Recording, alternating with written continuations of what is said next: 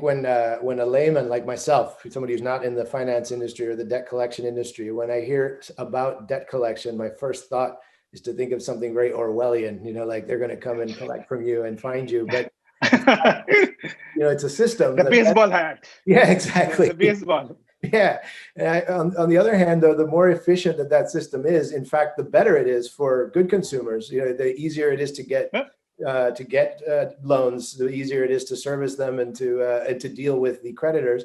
How do you work with your customers to ensure that the customer experience is kept high using these methods? Great question. The two ways. Number one, we show it by dollars that we are collecting. We show it by efficiently that we are collecting.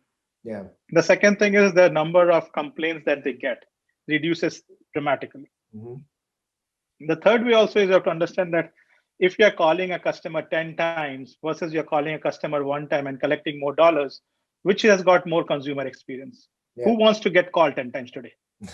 I don't know anybody who wants to be. So a lot of time my customers, some of the folks that I get into this argument in the industry that they say, oh, Abhishek, this is not right. How do you can prove consumer efficiency? So shall I call you 10 times in a day and not call you? Do you want to understand the difference? Yeah. No, but see, unfortunately, there are not a lot of quantitative measures in the industry. Mm-hmm. And right? But my customers who work with us, they don't land up in a CFPB complaint list, or their number of complaints have gone down significantly over the months or years that they have worked with us. So that is another way to say that, hey, this proves that this is a proven method that gives bottom line results, because I know ROI is the most important thing for a business, right? Even for us, ROI is important. I'm not going to deny that. Mm-hmm. But at the same time, how do you really take opportunity?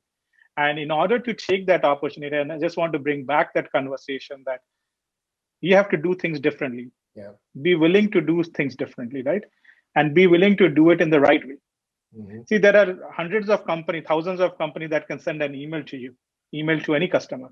There are thousands of technology and people have been using them, but you don't see results because how email used to be perceived even 1 year ago is different than how it is perceived today by the consumer. Yeah.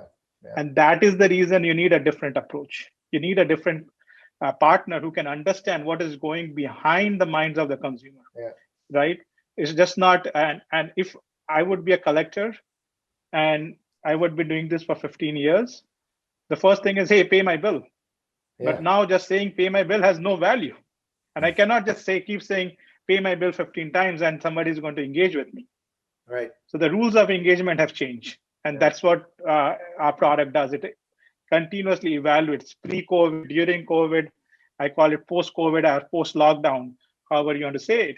Yeah. That what is changing and how do we really keep up with that change? That's the most important thing any company has to do to make sure it's able to collect from the hardest consumers. Yeah, it's true. The technology itself is changing so fast that how people are engaging. And I think you mentioned one thing that reminds me that, in the long haul, technology itself is the easy problem to solve. It's the trust exactly. you have to build in it, that people actually have to trust it. And that's the long work. That's the hard work.